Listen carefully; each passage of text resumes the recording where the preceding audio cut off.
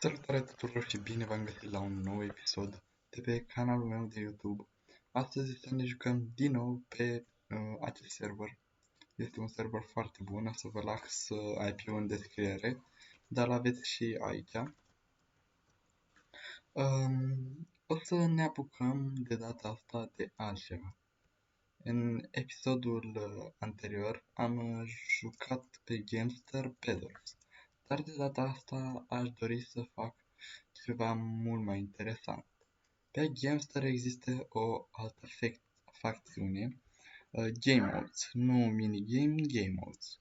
Și aici avem Creative, Survivor, Skyblock, Sky PvP, Faction, Prison, The Pit, Assassin, Anarchy. Puteți să le experimentați voi pe toate, sunt foarte interesante și foarte multe. Dar, în principal, o să ne jucăm Skyblock. Iar aici avem Skyblock Spring și Skyblock Air. Astea skyblock-uri normale, adică o insulă cu un chest și un copac și cam atâta. Dar noi o să jucăm One Block. Și de astăzi înainte vreau să ne apucăm de o serie foarte interesantă de pe One Block. Așadar, da, ce pot să zic? Dați și voi un like, un subscribe, iar dacă vă plac videoclipurile de genul acesta, puteți să arătați susținerea. Am ajuns pe insula noastră, suntem aici, iar care este scopul nostru? Scopul nostru este să săpăm cât mai multe blocuri dintre acestea și să ajungem la noi nivele, să ne facem o insulă, dar în general să săpăm cât mai multe blocuri din acestea. Cred că ar trebui să scrie pe undeva unde este... avem și animale, am uitat să precizez asta. Stați să fac aici ceva de genul acesta. Momentan o să fac așa, dar o să... așa. Deci avem 2%. Ne scriem partea stângă. Avem 2%, următorul este underground, ok, și ne scrie câte blocuri am spart. Am spart până acum 12 sau 15 și mai continuăm să vedem, uite, acum am spart 19 și vom continua să săpăm aici. Aparent am primit și o oaie. O să fie nouă nostru prieten. Și nu știu cum aș dori să abordez designul acestei insule, dar vom vedea pe parcurs.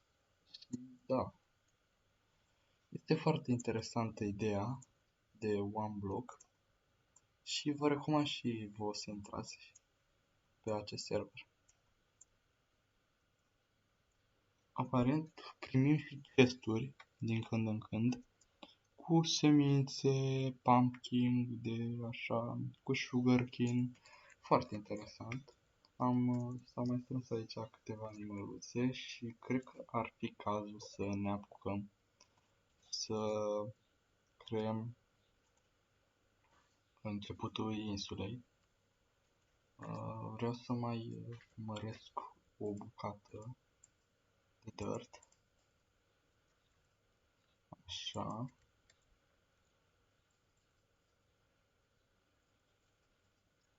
Iar după aceea vreau să vin cu lemn. Deci avem două în fiecare direcție. Iar acum vreau să mă sui cu lemn dintre acesta. Mai întâi să ne facem și noi un crafting table așa. Frumos, elegant. Punem aici și să facem multe slaburi din acest fel.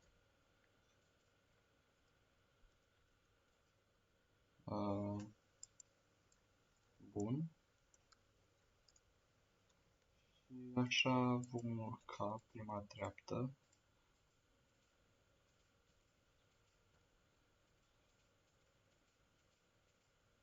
Vom urca așa. Bun. Cred că să facem așa.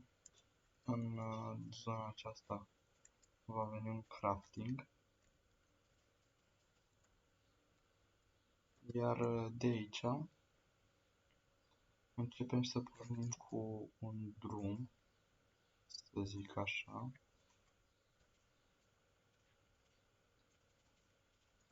Tot cu slaburi. Venim. Am urcat un bloc. Și să venim cu un drumuleț de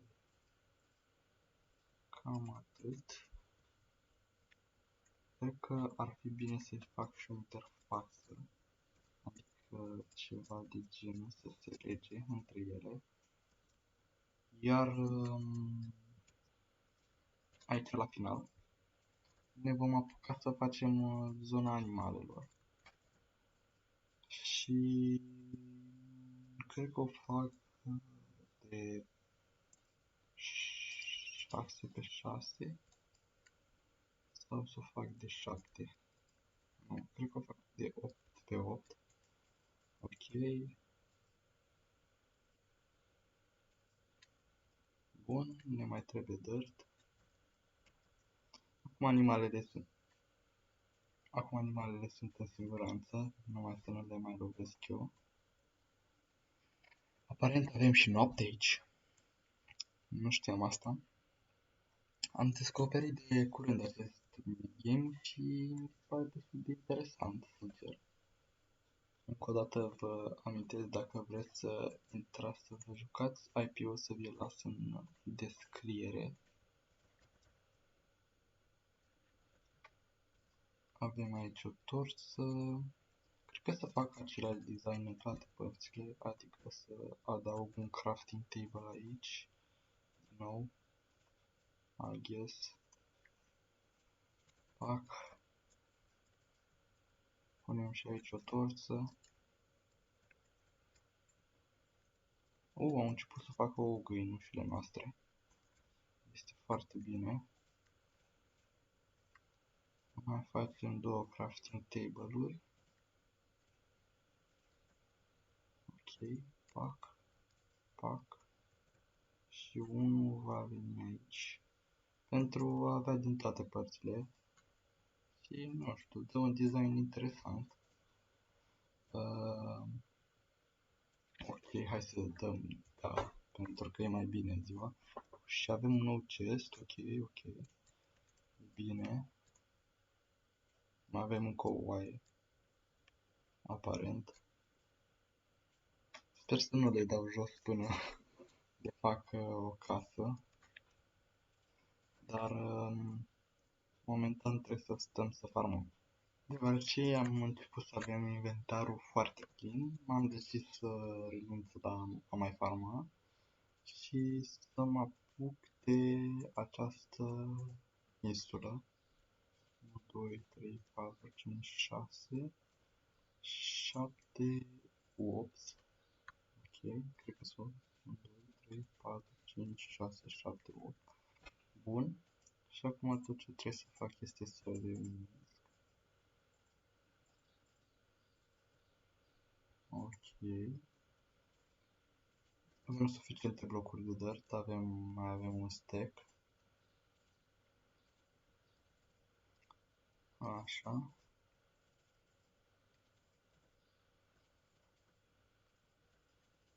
Punem aici, facem o insulă frumoasă. Să avem grijă să nu murim că e jale.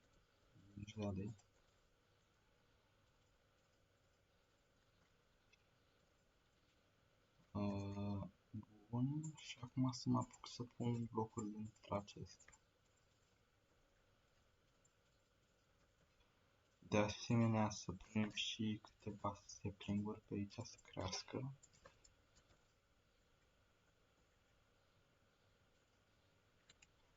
Iar momentan cam asta este.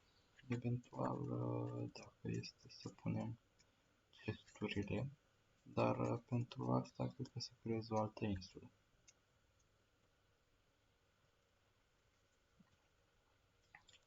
Un lucru foarte interesant care l-am descoperit la acest server este că toate animalele se stachează. Avem aici un porc, ok, o oaie care s-a stacat în 13, această vacă este singură, la fel și porcul acesta. Când sunt numai două animale, nu le stachează. Dar când sunt mai multe, uite ca oile acestea, am stacat 13 oi avem. Și cred că aveam mai multe găini, dar cred că au cam picat. Ba nu, uite-le. Câte? 6 găini. Și se stachează, cred că în funcție de... Uite, nu mai e, ba da. În funcție de la ce distanță sunt, lucruri dintre astea. Dar foarte interesant pentru că metoda asta face să mai reducă din lag, mai ales că suntem foarte mulți pe server. Și da. Aici ne apucăm acum să facem zona în care vor sta animalele. Acolo va fi zona de plantații, zona, m-am gândit eu așa, podul ăsta de cât am făcut, 4, 4 face, așa, iar m-am gândit așa, aici va fi zona în care vom sta noi, vom locui noi, ne vom face o casă, o chestie, trebuie să socotea pe acolo, iar ia stați așa să votăm zi, iar aici încă nu știu, dar probabil să mă gândesc pe parcurs. Da. Puteți să-mi dați și voi idei în comentarii ce am putea pune în partea aia. Deci în zona aia plantații, în zona aceasta animale, în zona aceasta să fie casa mea, în care voi ține chesturile și de astea, nebunii, furnale și alte chestii. Dar ce să fie în partea aceea? Puteți să-mi dați idei în comentarii și dacă îmi place ideea, cu siguranță o să o ascult și o să facem așa. Deoarece n-aș vedea de ce n-aș încerca să fac și ideile abonaților.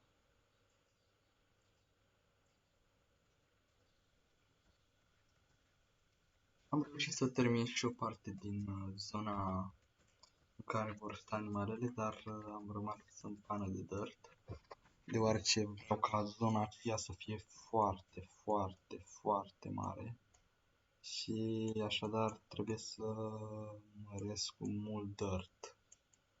Așadar mai stăm aici un pic și revin. Am mai reușit să acopăr puțin aici și am dat de acesta. Pe la 66% am dat de un villager. Asta înseamnă că o să avem și villager. Ar fi foarte util. Acest năsos ar fi foarte util. Am pierdut o vacă. Aveam mai multe vaci, dar s-a cam aruncat una în void. S-a cam sinucis. Și da, am cam terminat aproape zona aceea. Așa că m-am gândit, când am văzut că s-a sinucis, m-am gândit să punem niște garduri, ceva care să nu mai facă să se arunce în void, deoarece e destul de nașpa. După mai multe încercări nereușite, mi-a reușit un model care, ce drept, pare destul de interesant și ca pod, după cum puteți observa, dar cred că va fi destul de tare și ca aspect de bază, deoarece folosesc bazalt ca și punte de aspect, să zic așa. Să vreau să mă duc cu 2, 3, 4, 5, 6, 7, 8, 9, 10, 11, cred că 11 sunt destule. Și momentan, când se dorește să-mi construiesc casa în sine, o să facem mai mult. Dar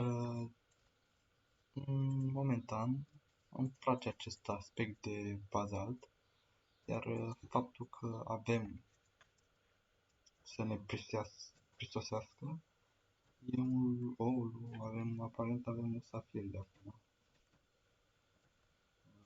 Și creeperii ăștia nu sunt deloc buni, cum ziceam.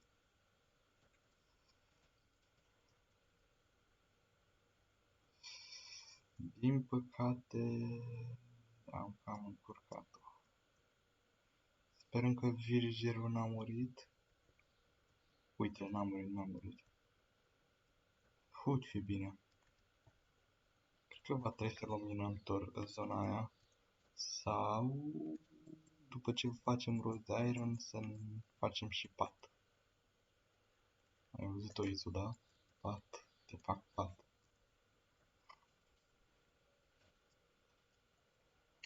Din păcate s-a cam întâmplat extorsiunea degajamentului și am cam rămas fără pickaxe. Și da, nu putem să ne luăm altul, iar momentan iron avem, așa că va cam trebui să continuăm așa.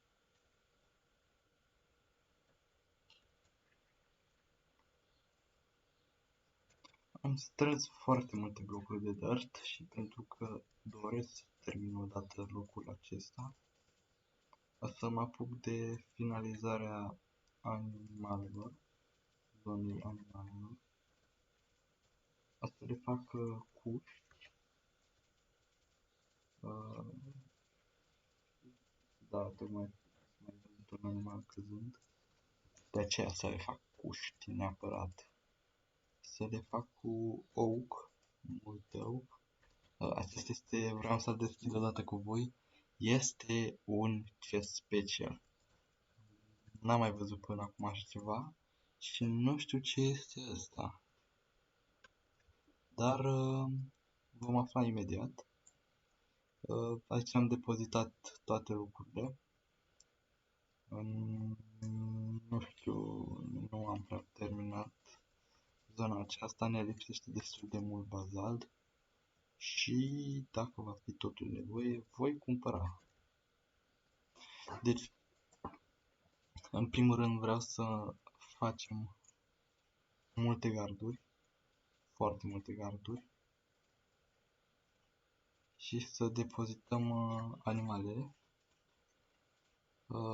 Deci, ne ducem aici și craftăm așa și așa. Avem o grămadă de asta. Iar acum o să pun așa. Aici va fi prima. Până aici. Asta e destul de mare. Cred că aici să pun vacile. Cred că o să depozitez și porcii. Aceasta va ieși puțin mai mică, așa că aici să pun găinile. La o parte, te rog, doamnă. O să luăm niște oak. deoarece mai avem aici cu drumul. Bum, bum, bum. Craftăm bețe.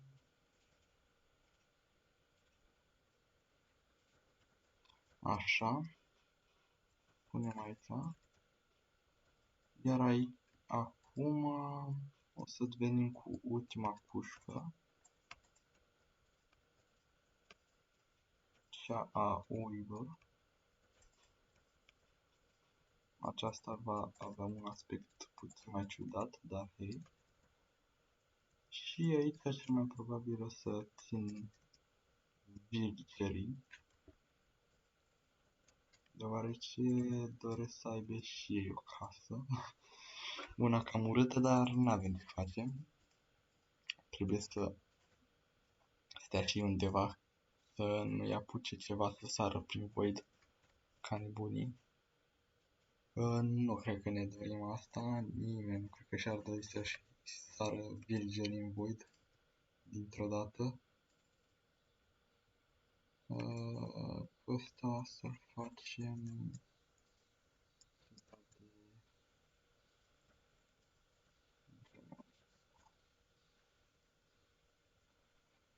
bun. Vom pune asta aici în chesturi, iar acum la fiecare margine voi adăuga, la fiecare îmbinare voi adăuga torse pentru a nu se spawna mobi. Mai ales în zona villagerului să vreau să adaug mult mai multe. Și da, revin când am terminat.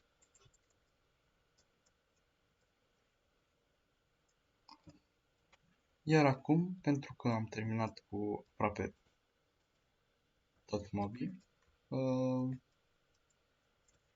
da, n-am mai... am selectat așa, oi aici, faci acolo, ne-a murit și cealaltă vacă. Așa va trebui să vină villagerul, dar nu vrea să vină odată. Și cred că va trebui să aplicăm o metodă tradițională, și anume row your boat. Ok, facem o bărcuță și încercăm să punem villagerul. A murit.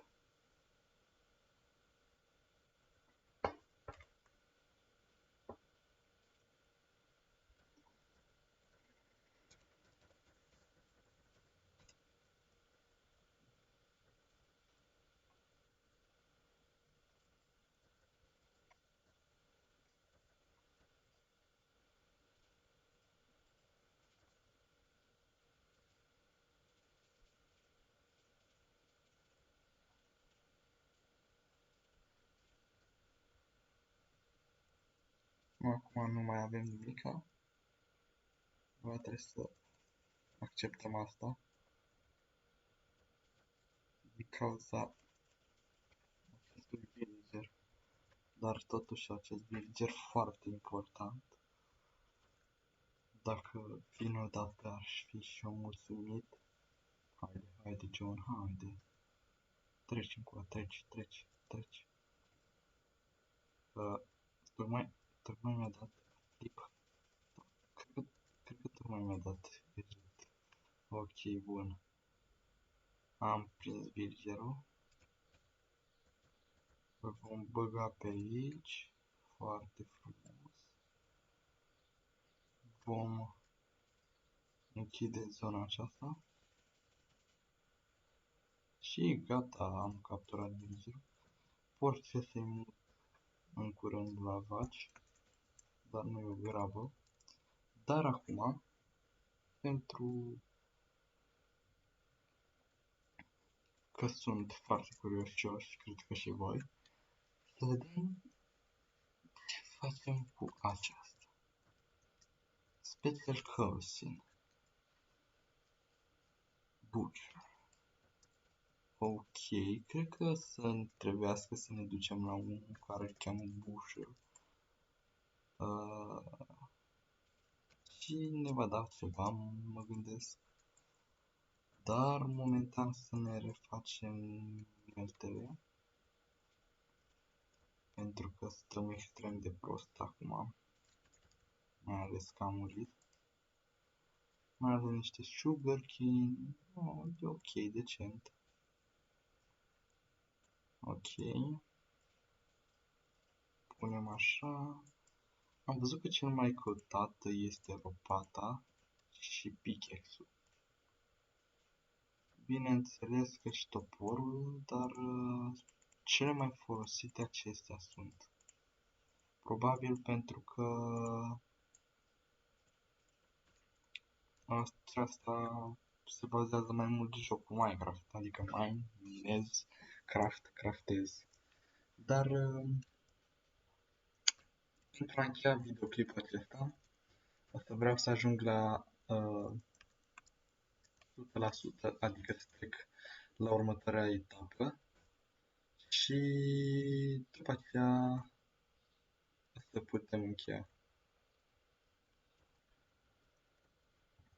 Iar din acest moment putem să declarăm că putem începe numărătoarea inversă imediat. O să începem. Să ne arate aici. O să ne arate cât la sută avem. Și mai avem nevoie de 4 ca să trecem. Deci, haideți. 3, 2, 1. No level. Am zis no level. Bine, am trecut la underground. Cred că asta înseamnă mină.